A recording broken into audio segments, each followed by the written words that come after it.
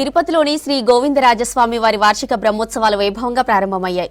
వేద పండితుల మంత్రోచ్చరణాలు, మంగళ వాయిద్యాల, భక్తుల గోవింద నామస్మరణ నడుమ గరుడ చిత్రంతో కూడిన ధ్వజపటాన్ని ధ్వజస్తంభంపై ప్రతిష్ఠించారు. అనంతరం శ్రీవారి ఆస్థానం ఘనంగా జరిగింది.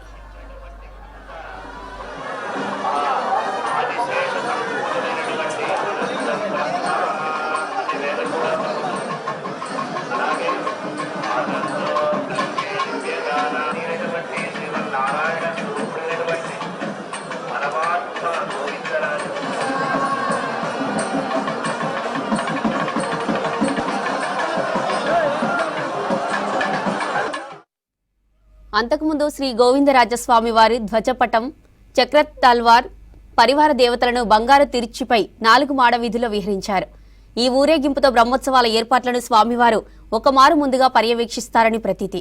తర్వాత విశ్వక్సేన ఆరాధన, వాస్తు హోమం, గరుడలింగ హోమం, గరుడ ప్రతిష్ఠ, రక్షాబంధనం చేపట్టారు అర్చకులు. మిథున లగ్నంలో శ్రీ గోవిందరాజస్వామి వారి సమక్షంలో ధ్వజారోహణం నిర్వహించారు అర్చకులు.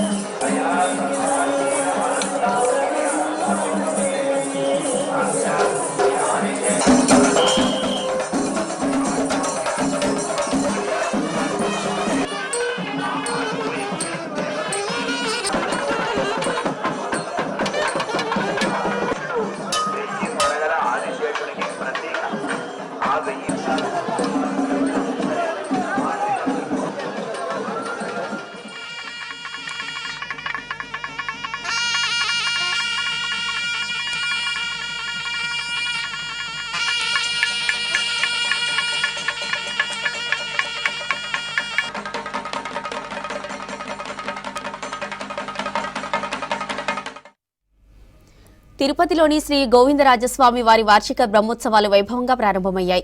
వేద పండితుల మంత్రోచ్చరణాలు, మంగళ వాయిద్యాలు, భక్తుల గోవింద నామస్మరణ నడుమ గరుడ చిత్రంతో కూడిన ధ్వజపటాన్ని ధ్వజస్తంభంపై ప్రతిష్ఠించారు.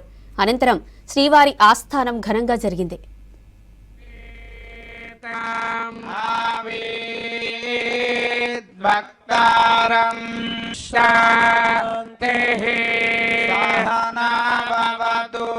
सहनौ भुनक्तो शर्म विश्वमिदं जगते शर्मचन्द्रश्च सूर्यश्च तस्मा अहमिदमुपस्तरणमुपस्तृण उपस्तर प्रजापतेर्ब्रह्मकोश.